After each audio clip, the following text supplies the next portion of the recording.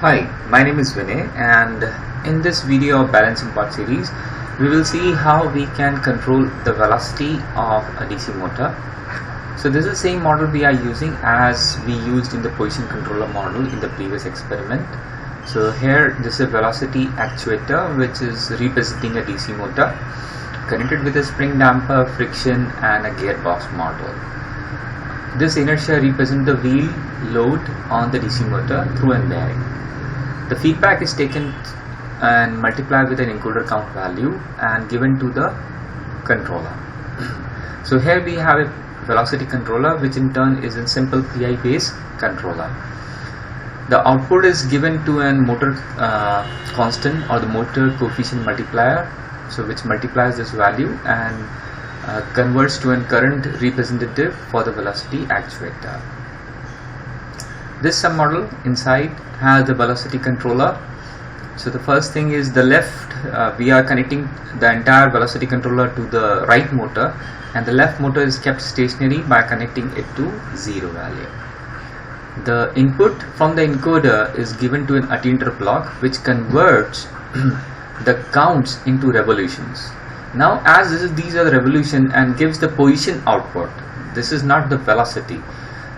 To convert that into velocity, we convert this revolution into velocity by this standard velocity conversion block, okay, which converts the position input to the velocity. So this is the velocity feedback signal monitor. This feedback is also given to this plus minus block. This plus minus box subtracts the velocity feedback from the motion profile input. The motion profile input generates an velocity output as a profile, and after subtraction we get the error, which in terms is the difference between the desired velocity and the actual velocity to the PI controller. The PI controller output is given to the right DC motor through a signal emitter. This makes sure that the output of the DC motor do not goes beyond the ranges of plus minus 1 range. There is also a feed forward block with a small multiple of the gain, and given to n plus value, the user can manipulate this value to adjust the velocity feedbacks coming from the motion profile. That is the output X error, that is the position one. So if someone wants to measure the position error, that also can be done. So let's simulate this. So here in the simulation we can see that the green one is the desired velocity profile, and the purple one, this is the actual simulation velocity profile. Okay. You can always add delete plots. So these are some measured plots of the previous one. I can remove them. Yeah. Okay. So if the user also wants to add the X position error, so you can go to the plus minus block X error and output. You can select, and I can rename this as X error. So that is the X error. Okay, so this guy is also taking one over there. Okay, so let's download this in the hardware and see how this works. So go to tool, real-time toolbox, C code generation, select the submodel, the velocity controller PI, and with 24C toolchain template, say OK. So this will open the 4C toolchain bar. So we select the target template as the balancing bot. So okay, so you have to make sure that the bot is powered on and connected to the LAN network, same local network. Go to the connect block. The input is coming from the encoder, so we select the right motor encoder, and the output we connect the left motor to left one and right to the right motor, and we compile it.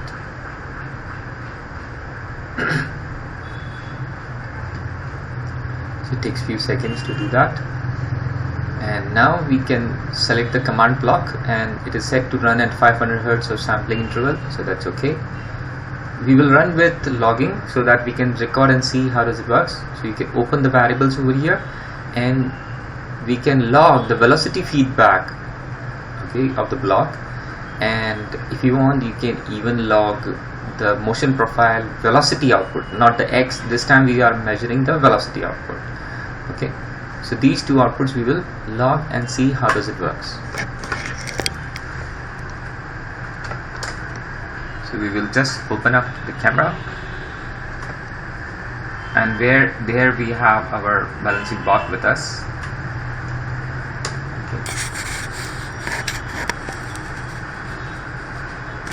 So here we are keeping it upside down, so for the safety purpose. Otherwise, this is possible that the robot may move around widely on the floor. Yeah. So we just apply and run with the logging. So here we can see that it starts rotating and stops. So this is how it comes. So here you can see that this is very closely following the set point. So here the blue line is the set point and the pink one is the measured velocity feedback of the motor, which is coming as per your simulation data only. So this is what you can see.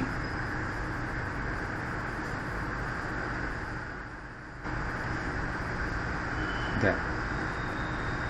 So both are coming as per the same one. Okay. So let's tweak around and play with let's motion profile. So here the stroke was given as 30. I make it 200 and run with the log. So this time we can see that the speed will increase.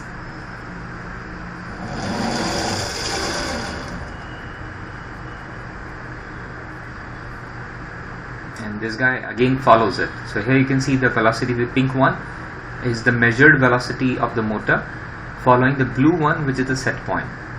Okay, so here you can see in the separate one.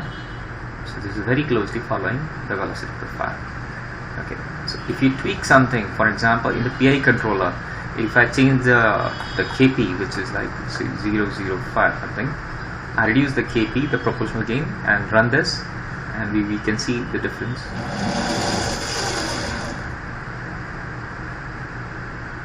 So here you can see that this is following a little with an offset.